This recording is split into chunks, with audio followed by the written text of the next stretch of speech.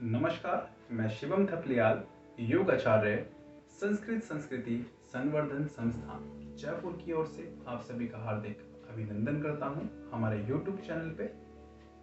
आज हमारी इस वीडियो का उद्देश्य है कपालभाति। इस वीडियो के माध्यम से हम जानेंगे कपालभाति की सही विधि क्या है। सबसे पहले आप सुखासन में बैठ जाएं या किसी भी ध्यानात्मक आसन में बैठ जाएं।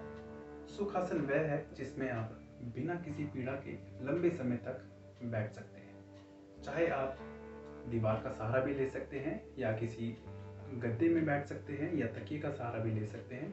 जो वृद्ध अवस्था में है वह इसको पलंग पर, सोफे पर बैठकर भी कर सकते हैं। लेकिन आपको एक बात का इस पर ध्यान रखना है, आपकी जो मेरुदंड है वह बिल्कुल सीधी रहनी चाहिए। दूसरी बात, आप इसको शांत भाव में करें, जहाँ पर आपको शांत वातावरण मिले, खुले पर्यावरण में, जहाँ आपको खुले वातावरण का आभास हो वहाँ पर करें। क्योंकि कपालभाति करने से आपके शरीर में जो प्राण का स्तर है वह बढ़ता है।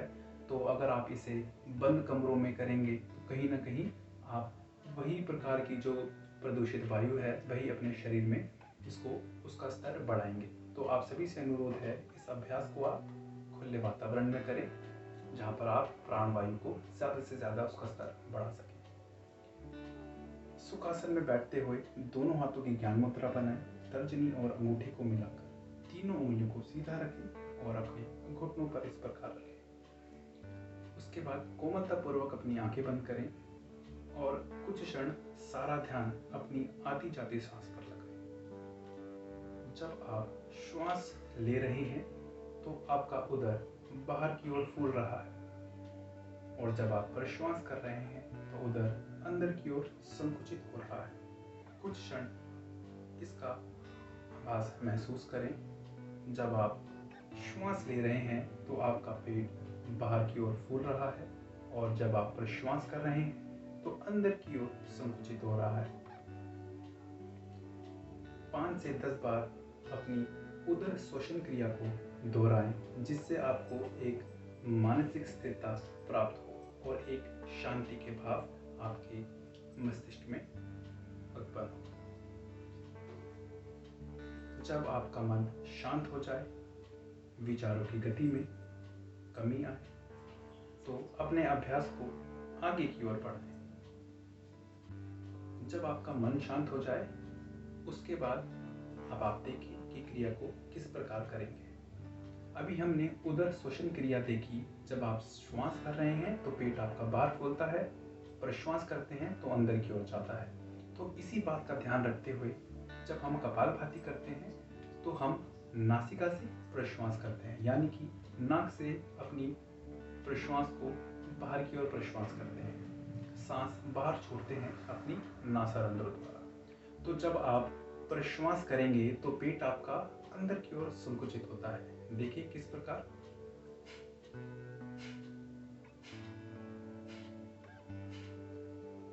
प्रश्वास किया, उदर अंदर की ओर संकुचित हुआ, श्वास लिया तो बाहर की ओर। तो इसी क्रिया को ध्यान रखते हुए कपालभाति भी इसी प्रकार का अभ्यास है, मगर इसकी जो विधि है 3 प्रकार से बताई जाती है। सबसे पहले जो स्वस्थ व्यक्ति है वह तीनों में से कोई भी विधि का पालन कर सकता है। तो पहली क्रिया में जो लोग स्वस्थ हैं हम उनके बारे में बताएंगे कि वह कपालभाति को किस प्रकार करें। तो इसमें हम सबसे पहले दीर्घ विधि के बारे में जानेंगे। आंखें कोमलतापूर्वक बंद करें, कमर गर्दन सीधी रखें, हाथ बिल्कुल कंधे कोमलतापूर्वक ढीले छोड़ें, ज्ञान मुद्रा। अपनी नासिका से लंबा गहरा श्वास भरें, प्रश्वास करते हुए कपालभाति शुरू करें।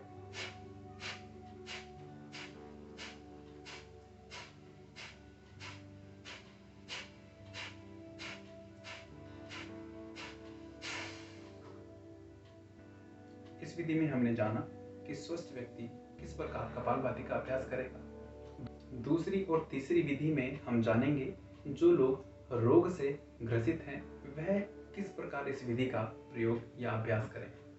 तो आइए हम जानते हैं कि आपको दूसरी और तीसरी विधि किस प्रकार करनी है। दूसरी क्रिया जो है मध्यम स्तर, तीसरी है लघु स्तर। जानते हैं मध्यम स्तर में आप किस प्रकार इस विधि का प्रयोग करेंगे या अभ्यास करेंगे। आप सुखासन में बैठेंगे, कमर गर्दन सीधी रखेंगे, आंखें कोमलतापूर्वक बंद रखेंगे, यहीं से लंबा गहरा श्वास भरेंगे। श्वास करते हुए अभ्यास शुरू करेंगे।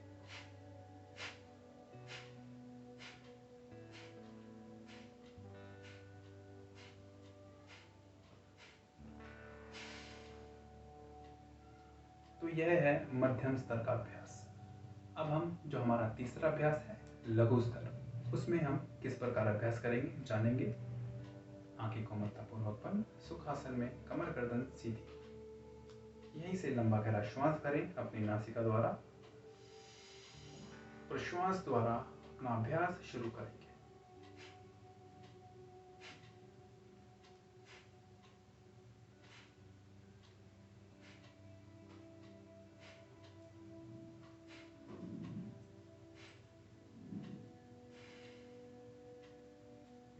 तीसरी विधि में हमने जाना कि आप लघु स्तर को किस प्रकार अपने अभ्यास में प्रयोग करेंगे।